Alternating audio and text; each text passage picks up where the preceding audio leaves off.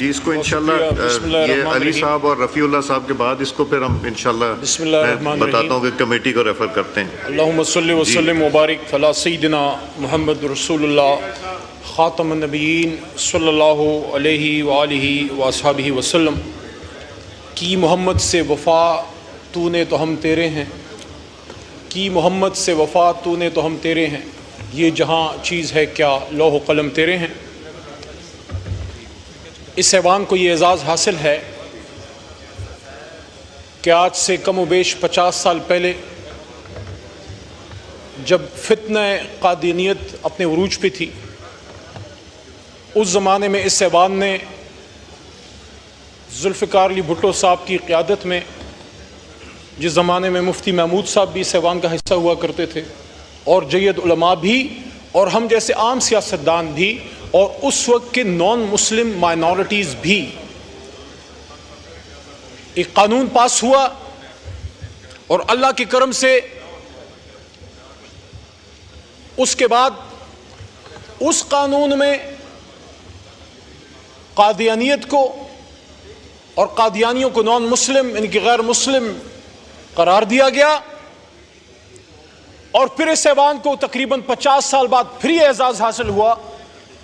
कि बिल्कुल यूनानिमस, मुझे याद है वहाँ बहैसियत पार्लिमानी उमूर में खड़ा था और यहाँ से जमीयत उलमा इस्लाम, जमात इस्लामी के हमारे चतराल से मेंबर होते थे, और MQM के हमारे भाई हमारे साथ गवर्नमेंट में थे, मुस्लिम लीग नून, पीपल्स पार्टी, और हमारे नॉन मुस्लिम्स भी जो यहाँ मौजूद थे। यूनानिमस रेजोल्यूशन पास हुई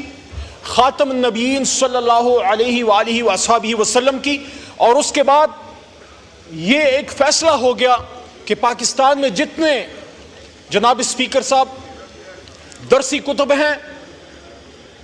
या ऑफिशियल डॉक्यूमेंटेशन है, वहां जहां भी हुजूर नबी करीम सल्लल्लाहु अलैहि वसल्लम का नामी आएगा, साथ ख़ातमुन नबिय्यीन लिखा जाएगा। और हमें बड़ी खुशी होती है जब हमारे प्राइमरी स्कूलों में, हमारे मॉडर्न एजुकेशन इंस्टीट्यूट्स में हमारे बच्चे जब दरसी कुतुब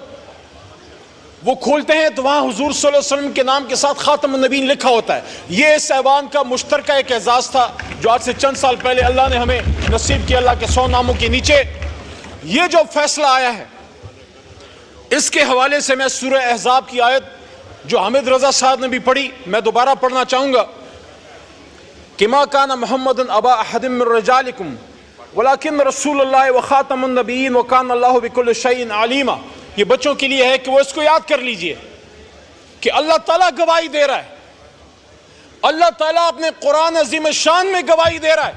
कि जब अभी आदम की तख्लीक नहीं हुई, क्योंकि कुरान लोहे महफूज में आदम अलैहिस्सलाम की तख्लीक से 4 अरब साल पहले मौजूद था, तो हुजूर नबी करीम सल्लल्लाहु अलैहि वसल्लम की खत्म नबूवत की गवाही अल्लाह बुजुर्ग बरतर आदम अलैहिस्सलाम की पैदाइश से भी, जब अभी तक कोई एक नबी भी नहीं आया, वो गवाही दे रहे हैं। और हुजूर नबी करीम सल्लल्लाहु अलैहि वसल्लम की अपनी हदीस का मफहूम है। अबू दाऊद में हदीस नंबर 4252 और तिरमिज़ी शरीफ में हदीस नंबर 2219, और दोनों का मफहूम यह है कि मेरे बाद बहुत से ऐसे, हुजूर नबी करीम सल्लल्लाहु अलैहि वसल्लम फरमाते हैं, कमी बेशी अल्लाह माफ़ करे, मेरे बाद बहुत से ऐसे झूठे नबी आएंगे जो नबूवत का दावा करेंगे, लेकिन हुजूर सल्लल्लाहु अलैहि वसल्लम ने क्या फरमाया, अना ख़ातमुन नबिय्यीन ला नबी अबादी, कि मैं आखिरी नबी हूँ। हुजूर सल्लल्लाहु अलैहि वसल्लम फरमाते हैं मेरे बाद कोई नबी नहीं आएगा। तो साबित हुआ कि अल्लाह कहता है कोई रसूल नहीं आएगा, आप आखिरी रसूल हैं, और अल्लाह के हबीब कहते हैं मैं आखिरी नबी। तो नबूवत का भी दरवाज़ा बंद, रिसालत का भी दरवाज़ा बंद, और उसके ऊपर मोहर तस्दीक सब की 25 करोड़ अवाम ने अल्लाह के 100 नामों के नीचे इस ऐवान के जरिए, आर्टिकल 260, बड़ी लंबी तफसील है, टाइम ज़ाया हो जाएगा, उसमें यह क्लियर है कि जब तक आप हुजूर नबी करीम सल्लल्लाहु अलैहि वसल्लम की ख़ातमुन नबिय्यीन की खत्म नबूवत पे यकीन नहीं रखते, आप मुसलमान नहीं हो सकते। और अब हमें उसकी हिफाजत करनी है, और उसके साथ साथ कुरान अज़ीम शान की भी अल्लाह ताला ने खुद इसका बीड़ा उठाया है। ये कोई भूल जाए कि हम खत्म नबूवत या कुरान की हिफाजत करेंगे, वो अल्लाह करेगा, लेकिन हमने अपना किरदार अदा करना है। मैं समझता हूँ कि ये जो फैसला सुप्रीम कोर्ट की तरफ से आया है, छोटा मोटा वकील हूँ,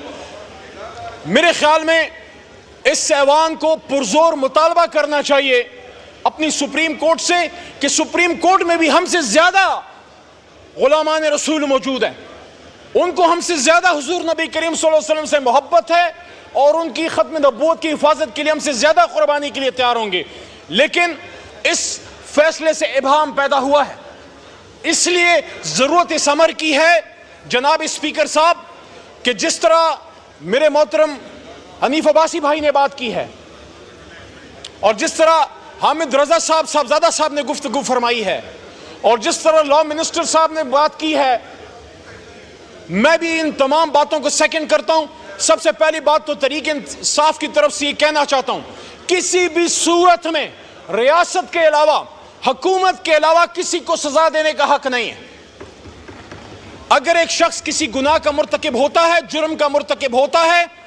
उसको पकड़ना, उसको सजा देना हुकूमत पाकिस्तान का उसकी जिम्मेदारी है, लेकिन उसको उसकी जिम्मेदारी याद दिलाना इस ऐवान का काम है। और एक आखिरी बात और, जनाबे स्पीकर साहब, अगर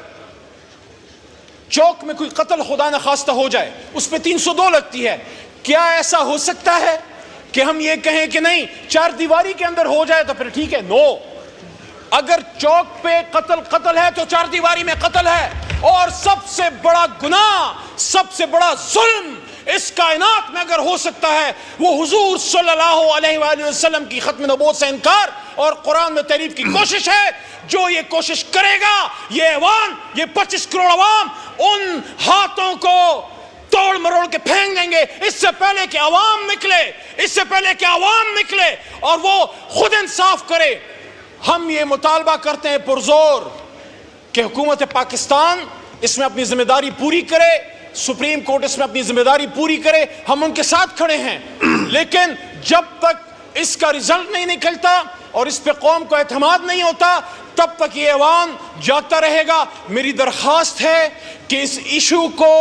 आप इसके लिए स्पेशल पार्लियामेंट्री कमेटी बनाइए, उसमें सेनेट से मोहतरम मेंबरान को लाइए, उलमा कराम को बैठाइए, हमें मौका दीजिए और वो पार्लियामेंट्री कमेटी तब तक अपनी मीटिंग्स करती रहे और तब तक वो कमेटी अपनी ड्यूटी करती रहे जब तक सुप्रीम कोर्ट अपने इस फैसले पे नजर सानी नहीं कर लेता। बहुत शुक्रिया, बहुत शुक्रिया। कादिर पटेल।